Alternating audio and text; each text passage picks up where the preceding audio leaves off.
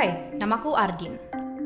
Aku seorang traveler, dan traveling menjadi salah satu aktivitas yang aku suka. Aku bisa eksplor tempat baru, bertemu orang-orang, dan melihat panorama alam yang indah.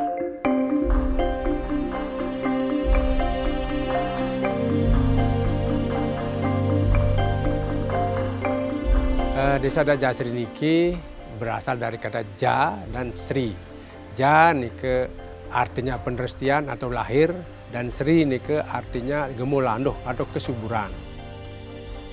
Tahun 2009 saat itu di desa kami ada bule yang membuat villa. Jadi beranjak dari sana terbesit ide mulai bergerak mengajak teman-teman di Desa Jasri agar kita tidak menjadi penonton di daerah kita sendiri. Mengisi hidup dengan pengalaman adalah prinsipku selama ini. Kali ini, aku mau mengunjungi dan belajar surfing di pantai dalam Jasri. Aku bertemu Bli Komang untuk mengajariku teknik surfing. Bli Komang menyarankanku melihat hal lain untuk dieksplor di Desa Jasri.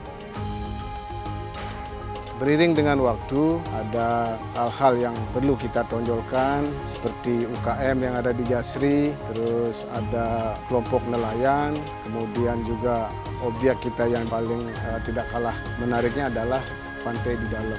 Nah, itu tempat untuk tamu-tamu surfing. Aku memulainya dengan menemui ibu-ibu pembuat dodol nangka. Baru kali ini, aku melihat pembuatan dodol nangka secara langsung. Ternyata, mengaduk adonan dodol perlu banyak kesabaran. Pengrajin dodol yang secara tidak langsung dia kan membuat dodolnya dari membeli bahan, mengolah, sampai mengemas dan menjual. Nah, itu merupakan suatu daya tarik. Jadi tamu-tamu yang nginap di rumah-rumah penduduk itu ada guide yang memandu untuk menjelaskan bagaimana proses membuat dodol itu. Satu hal yang menarik adalah ketika aku mengunjungi dan mencoba langsung proses pembuatan gerabah dengan cara tradisional. Meskipun cukup sulit, tetapi ibu yang mengajariku bisa menjelaskan dengan baik. Desa kita, Desa Jasri, membuat gerabah yang dimana bahan-bahannya itu dari tanah liat, kemudian bagaimana proses buat gerabah itu sesuatu yang unik juga yang bisa kita tawarkan kepada turis. Gitu. Kadang-kadang kan ada tamu yang tinggal di Bali gitu kan, dia melihat ada kita punya perkakas seperti are, tah, sabit gitu kan. Nah, dia butuh itu sambil melihat-lihat bagaimana proses pembuatannya yang semua ala manual, tidak ada mesin. Nah, sekarang mungkin sudah sedikit demi sedikit mulai dengan mesin seperti grinder. Nah, itu juga merupakan suatu daya tarik untuk tamu-tamu yang datang ke desa kami. Selain melihat hamparan sawah yang luas, aku bertemu Pak Kukuh, salah seorang penduduk Jasri yang menerapkan sistem permakultur untuk berkebun di pekarangan rumahnya. Nah, jadi setelah kita adakan kerjasama dengan Yayasan IDEP, kita dibimbing, diberikan bibit, kemudian kita coba dan Astungkara berhasil. Setelah hasil dari produk ini sudah juga kita diajari bagaimana mengelola biar bisa menjadi nilai tambah. Bukan hanya ombaknya yang bagus untuk selancar, sebagian masyarakat Jasri ternyata pergi melaut.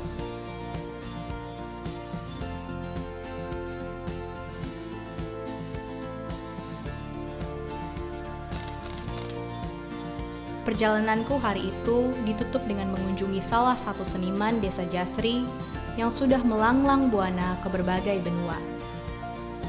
Aku diajarkan memainkan rinde, salah satu alat musik tradisional yang terbuat dari bambu.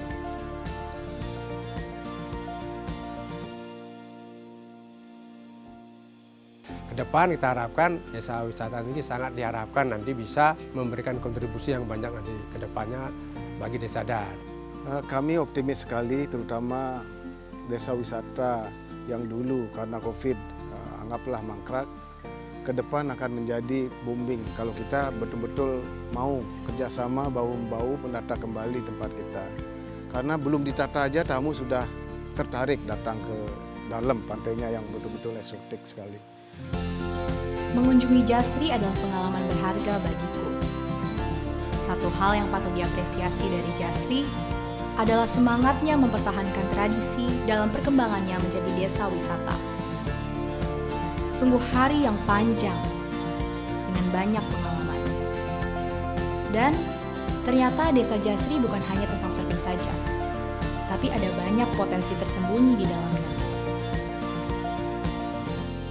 Such a wonderful experience.